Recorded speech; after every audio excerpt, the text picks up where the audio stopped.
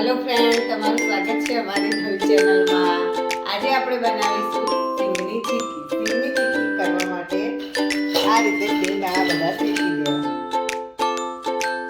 શેકાઈ ગયા પછી ઠંડા થાય એટલે એને ફોલી દેવા અને એક ઊંધો ઓટો મિક્સરમાં ફેરવી દેવો. આ રીતે ગોળ લઈ અને ગોળની ચાસણી કરવી. ગોળની ચાસણી થાય ત્યાં સુધી એને હલાવો.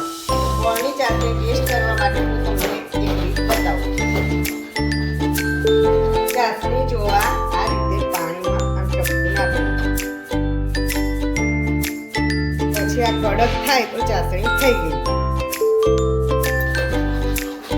આ રીતે ચાસણી થાય એટલે અંદર સિંગદાણા નાખી